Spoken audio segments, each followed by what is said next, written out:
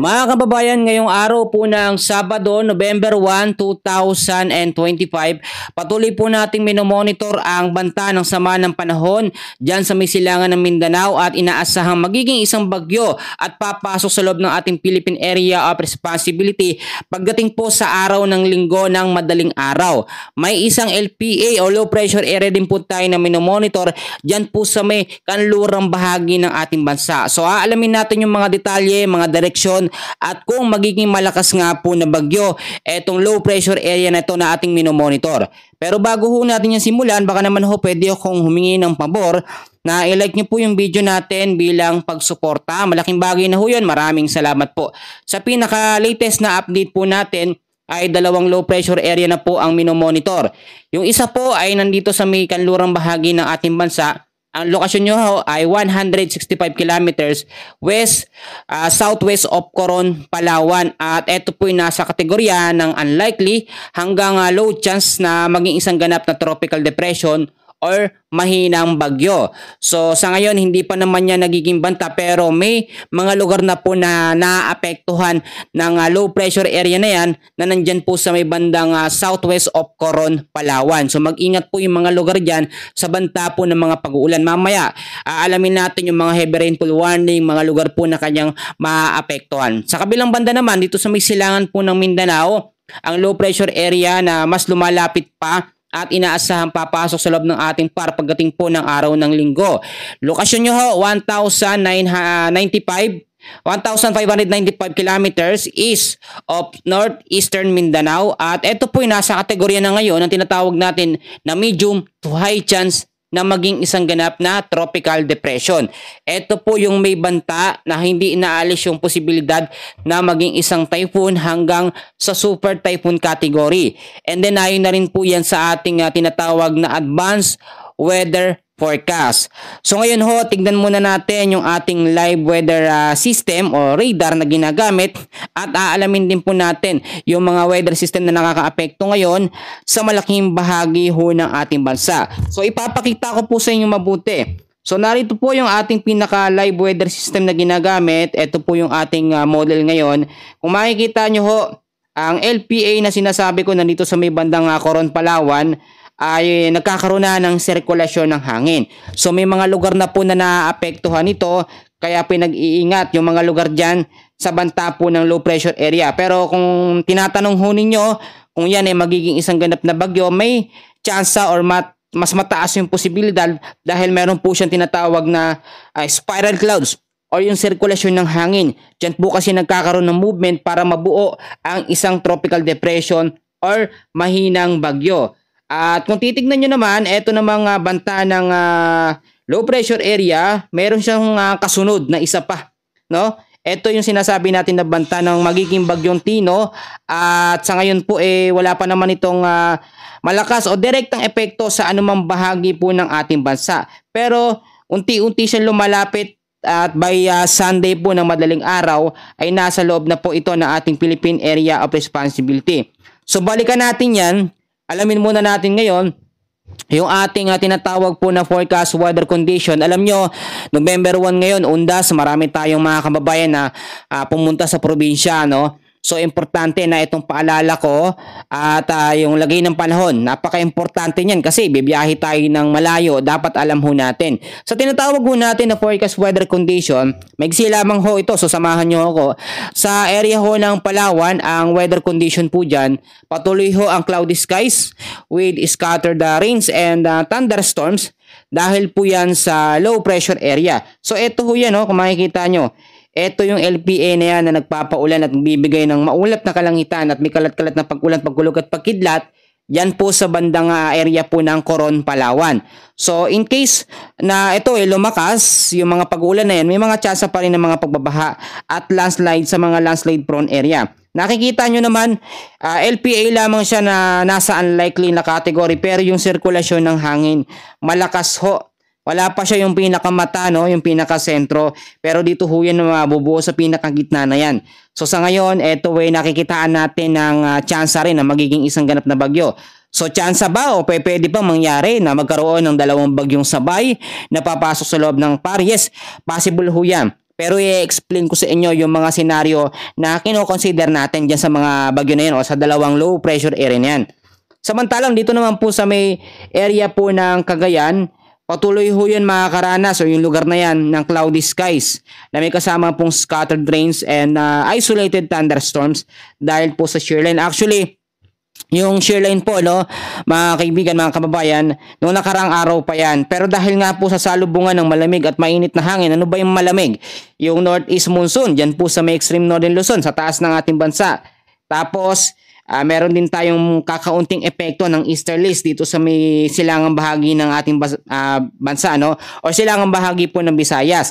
Diyan po nang gagaling. So yung salpukan na yan, yung salubungan ng malamig at mainit na hangin, nagiging epekto yan shear line, no? So possible impact pa rin diyan sa lugar po na binanggit ko sa apektado ng shear line ay pagbabaha sa mababang lugar at landslide po sa mga landslide prone area. Samantalang dito naman po sa Batanes, kasama ng ilang bahagi ho ng Babuyan Islands, ay patuloy naman po makakaranas ng partly cloudy to cloudy skies with isolated light rains. Mahinang pag-uulan lamang, no, ang mararanasan. At yung mga pag-uulan na yon, may kasamang malamig na hangin. So yung iba gustong-gusto talaga yung malamig na hangin. Siyempre, alam nyo naman, magpapasko na, no? Sana ho, no? Hindi naman malamig ang Pasko ng bawat isa sa atin.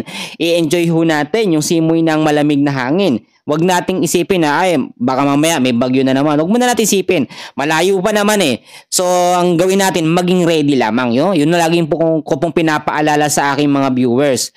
So wala naman itong masyadong significant na impact. Pero paalala ko, ang northeast monsoon ay kaya rin magpaulan ng malalakas lalo na ho sa padang hapon at sa gabi.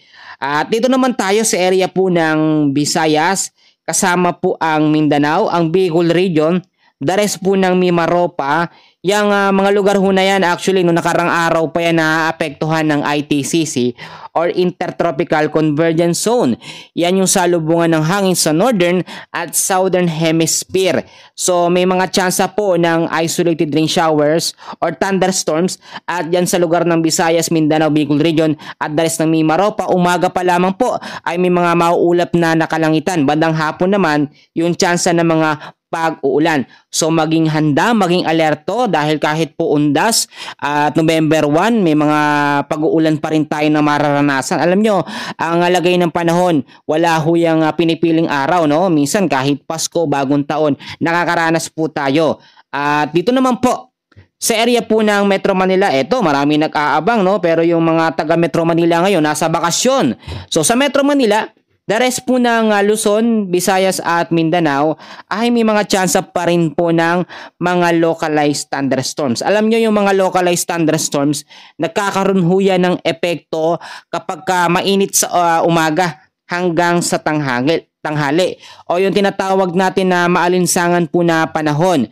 Ang naging epekto po niyan ay yung mga localized thunderstorm na nagpapaulan sa hapon ho at sa gabi. So mag-ingat pa rin at maging handa sa mga posibilidad na pwede pong mangyari. So ngayon po, dahil din po sa banta ng low pressure area, meron din tayong heavy rainfall warning. Actually, yung heavy rainfall warning natin ay dahil po sa banta ng LPA at hindi naman masyadong malakas yung magiging epekto niyan. Pinaghahanda lamang po, no, pinagre-ready ang area po ng Coron, Palawan sa 50 to 100 mm sa dami ng pag-uulan, no. Yan, nakikita nyo naman, halos dumikit na itong low pressure area, no. At ipag-pray natin na wag ho itong maging bagyo dahil mahirap po kapag nagkaroon na naman tayo ng banta ng bagyo dahil alam nyo sunod-sunod na yung bagyo ng mga nakaraang mga linggo. Ngayon susunod-sunodin pa rin ba tayo ng mga bagyo sama ng panahon?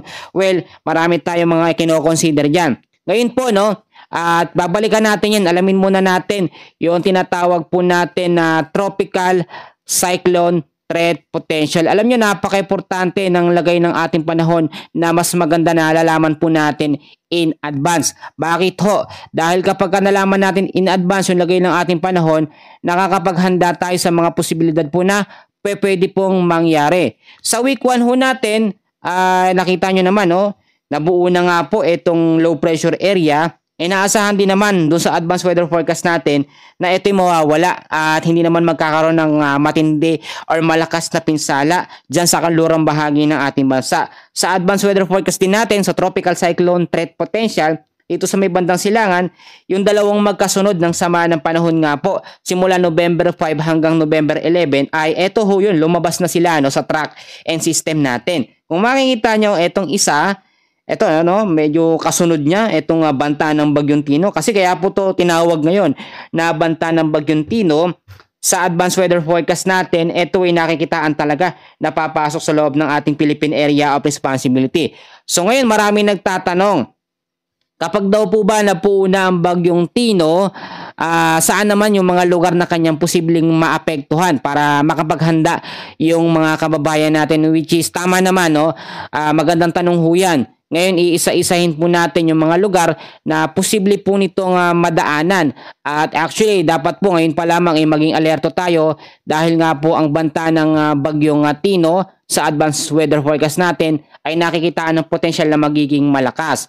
So, posible, and ayon na rin sa ating weather radar track, ay linggo ng madaling araw papasok po itong banta ng Bagyong Tino. Posibleng lumakas po ito at maging tropical storm or typhoon category. Pag sinabi ho nating typhoon category, malakas na yun na bagyo. Pero pag super typhoon category, halos doble sa lakas po ng super typhoon category. So sana ho ay malinaw po sa atin yan. Ito pong tinatawag natin na banta ng Bagyong Tino ay bago ho ito maglandfall, no? Inaasahan ito kapag nagbuo na, nakapasok na sa ating Philippine Area of Responsibility ng Sunday. Sa Martes ho, November 4, may chance yan na dumikit o tumama po sa kalupaan ng Eastern Visayas. Dito ho yung area na yan. Bakit ho? Diyan kasi yung nagiging sirkulasyon ng hangin na sinusundan po ng banta ng Bagyong Tino. Akala nyo ganyan lamang yan, no? Parang mahina lang, parang wala lang. Pero yan po nag-iipon ng kanyang lakas. Then magkakaroon na niya ng direksyon o tinatawag natin na intensification o yung biglaang paglakas po ng sama ng panahon. So, yung mga lugar naman na dapat ho maghanda sa pagkilos po ng bagyo. Eto, sa advanced weather forecast, dapat ho maging alerto tayo. So, yung mga lugar ho na babanggitin ko, tulad na aking sinasabi, nakadepende po tayo sa lugar po na dadaanan ng Bagyong Tino. Yun na rin yan sa ating advanced weather forecast. Pinaghahanda po ang Eastern Visayas, kasama dyan ang Samar, ang Eastern Samar, Leyte, Northern Samar, Southern Leyte at Biliran. Sa Mimaropa naman po, Mindoro, Romblon at Palawan. Sa Western Visayas, ang Panay Island. Sa Central Visayas naman po, Cebu at Bohol. Sa Negros, Negros Oriental, Negros Occidental at Siquijor. Yung mga lugar na yan, yung posibleng una pong maapektuhan ng sama ng panahon o banta ng Bagyong Tino kapag dito na po siya dumireksyon. Diyan po kasi manggagaling yung Eastern Visayas at unti-unti siyang lalapit dito nga po sa North Luzon. Papalabas po dito sa South Luzon po mga kaibigan o sa southern area po ng ating bansa. So maging alerto po tayo sa mga posibilidad po na pwede pong mangyari. So ngayon, kahit nakita natin sa advanced weather forecast natin na ito'y tatama po dadaan dito sa Eastern Visayas papunta dyan sa may North Luzon, unang-una, dapat po ay maging handa tayo at maging alerto. Lagi kong pinapaalala, kahit walang bagyo o may bagyo man, ngayon 2 LPI ang ating minomonitor, ugaliin ho ninyong nakamonitor sa lagay ng ating panahon. Yung ina-update ko po, ako po ay nag-update madaling araw at yun po ay naka-advanced weather forecast hanggang sa gabi. So kung kayo po ay na-late na nakapanood sa akin, hindi pa rin kayo late sa balita, no? Bagkos ito po yung sinasabi natin, no? Kinokompleto ko na yung mga detalye. Dahil nga po, alam nyo, ang bagyo naman, hindi naman yan talagang mabilis po na isang araw lamang tapos na, no? May mga dinadaanan yan sa isang buong araw. So sa advanced weather forecast, nakikita na ho yan. Pangalawa, napaka-importante po na meron tayong mga go bags na ginagamit. Actually, yung iba sinasabi, lagi ko daw sinasabi yung go bags, hindi daw naman daw magagamit yon. Well, nagkakamali ho kayo. Magagamit ho yon sa mga emergency purposes natin, tulad na lamang pag may lindol at syempre hindi lamang lindol. Kapag meron po mga malalakas po na mga bagyo, lalo na kapag meron tayong nakikitaan na banta ng typhoon category. Go bags, kasama dyan ng flashlight, medical kit, yung mga tubig, no, pagkain natin, mga saktuhan lamang. Alam nyo, napakalaking bagay ho yan. Binigay yan ng mga nakaraan, so dapat ho nakatago yan. Yung pangatlong paalala ko, napaka-importante ho na dapat meron tayong nakaimbak na pagkain na sasapat po ng ilang araw, lalo na po dito sa area ng Eastern Visayas, Western Visayas, North Luzon. Yun kasi yung mga lugar na nakikitaan natin na madadaanan po ng direkta nitong pong banta ng Bagyong Tino. Hanggat wala pa, by Sunday kasi siya mabubuo bilang isang bagyo at papasok sa PAR, maghanda na po tayo, maging ready na. Kaya nga po merong mga ganitong weather forecaster para maaga pa lamang na paghahandaan na natin. Hindi yung kung kailan nandiyan na yung bagyo saka pa lang sasabihin, maghanda kayo, may bagyo na tayo. Pero kapag nakadepende tayo sa advanced weather forecast, malayo pa lang, alam na natin. So tulad na lang, sinabi yun ni balita ngayon ni Kuya na meron tayong banta ng sama ng panahon. So nakahanda na ako ngayon. So dapat lagi hong ganun ang mindset natin. Eto pa mga kaibigan, importante din na yung mga nakatira ho sa mga paanan ng bundok, malapit po sa mga ilog, sa mga baybayin, sa mga low-lying areas. Kung meron naman tayong malilipatan na ibang lugar na safe, gawan na po natin ng paraan sa ngayon. Kasi yung iba hinihintay pa na i-force evacuation sila ng LGU, no? Yung gobyerno nagpapaalis sa kanila para lamang mas safety sila. Yung mga kababayan kasi natin, kung saan sila nakatira, kahit bahain yan, kahit lumindol, bumagyo yan, hindi sila aalis. Kasi nga, wala namang ibang malilipatan. Understood naman po yun, pero syempre priority natin yung sarili natin, yung ating buhay, yung pamilya natin. Yun po ang mahalaga. Yung mga material naman na bagay, mapapalitan naman yan, no? Alam nyo, ang pera nandyan lang, kailangan na natin maging masipag. So ito pa, importante din po na magkaroon tayo ng responsibilidad sa ating community, sa komunidad natin, sa mga basura. Napaka-importante ho. Naku po, dito nga po sa Metro Manila, nakarang update natin, bigla hong bumaha dyan. Wala namang bagyo. So bakit to bumaha, walang bagyo? Actually, yun ho ay dahil sa ITCC o Intertropical Convergence Zone, saka ho yung mga localized thunderstorms. Matitindi rin kasi yung epekto ng mga pag-uulan nun, parang malabagyo din ng datingan. So minsan yung iba binabaliwala yung mga advanced weather forecast, yung mga forecast natin for today, hindi nila tinitignan o hindi nila iniintindi. Yung iba, nakikinig lang pero wala naman sa gawa, hindi naman nila ginagawa, no? Actually, mga kaibigan ko, mga kababayan, lalo na po yung mga senior po na nakikinig sa akin, kamusta ho kayo? I pray ho na nawa okay po kayo dyan. Kung mga pumunta po sa Undas, sa mga probinsya, mag-ingat po kayo. Lagi ho nakikinig sa akin, sa atin, no? Yung mga senior po natin dyan na listener. Kaya po ako, in-explain ko po ng mabuti. Ang nangyayari kasi sa forecast natin ay more on detailed po talaga, no? Dinidetail ko talaga ng tuloy-tuloy or ng hinihimay-himay ko. At hindi tayo yung may script. On the spot po. Nakita nyo naman, di ba? May mga biro-biro pa ako. So, tuloy-tuloy na tayo. Pasensya na ho kayo na papakwento ko. Naku po. At ito po, no? Yung paalala ko na isa pa, importante ho na i-safety natin ang mga importanteng gamit. So, lagi naman daw, importanteng gamit. Ano ba yon? Yung ating mga dokumento, mga papeles, yan po mga ating appliances na napaka-importante. So, yung iba naman na mga appliances na nakasaksak, hugutin nyo na kapag merong mga malalakas na pag-uulan. Lalo na kapag alam nyo na yung lugar nyo ay bahain. Kasi mamaya pag pinasok ng tubigan, delikado at mamaya mga kuryente pa tayo. Mahirap ho yung ganon. At ito yung napaka-importante paalala ko. At never and never kong makakalimutan na dapat ipanalangin po natin sa Panginoon na ito po, no? Itong low pressure area na ito, actually, isang ihip lang, isang snap lang yan ng ating Diyos, mawawala yan.